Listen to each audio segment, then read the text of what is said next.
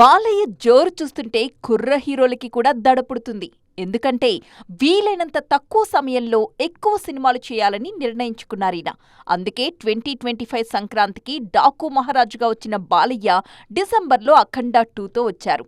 2026లోనూ ఇదే జోరు కంటిన్యూ చేస్తున్నారు. ఇప్పటికే గోపీచంద్ సినిమా షూట్ వేగంగా జరుగుతోంది.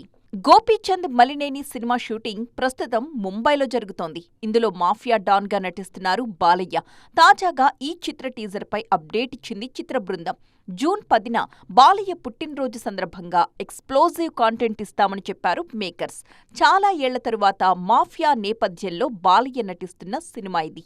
వీరసింహారెడ్డిలోనే బాలయ్యను చాలా పవర్ఫుల్ గా చూపించిన గోపీచంద్ ఈసారి అంతకు మించి అంటున్నారు.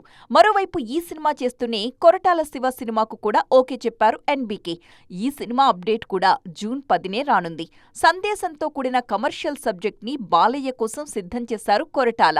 ఈ ప్రాజెక్ట్ అనౌన్స్మెంట్ జూన్ 10న రాబోతోంది.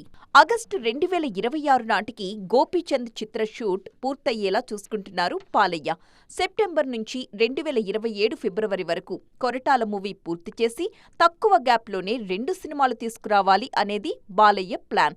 మరోవైపు విజయ్ కనకమెడల, వివేక్ ఆత్రేయ లాంటి కుర్ర దర్శకుల కథలు కూడా ఓకే చేసేశారు ఈ సీనియర్ హీరో.